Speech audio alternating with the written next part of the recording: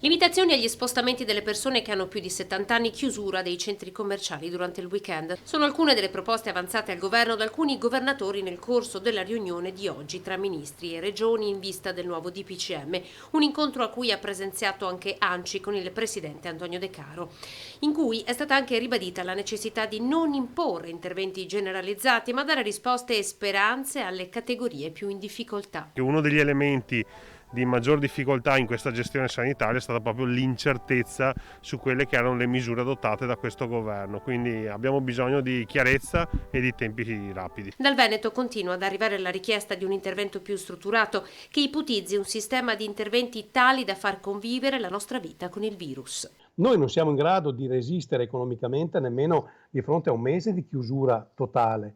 Io non so se si abbia consapevolezza di questo. Non abbiamo nessun altro strumento se non la chiusura, che mi sembra francamente poco, nel senso che io per esempio speravo che il Comitato Tecnico Scientifico avesse studiato delle dinamiche, delle modalità operative di convivenza con il virus. Durissimo l'assessore Roberto Marcato, che ha parlato di scaricabarile del governo, sia misure territoriali coerenti con l'emergenza, ma le decisioni non siano solo a carico delle regioni. E quindi non ci sono più risorse, non sanno più che pesci pigliare, allora dicono lasciamo alle regioni la responsabilità.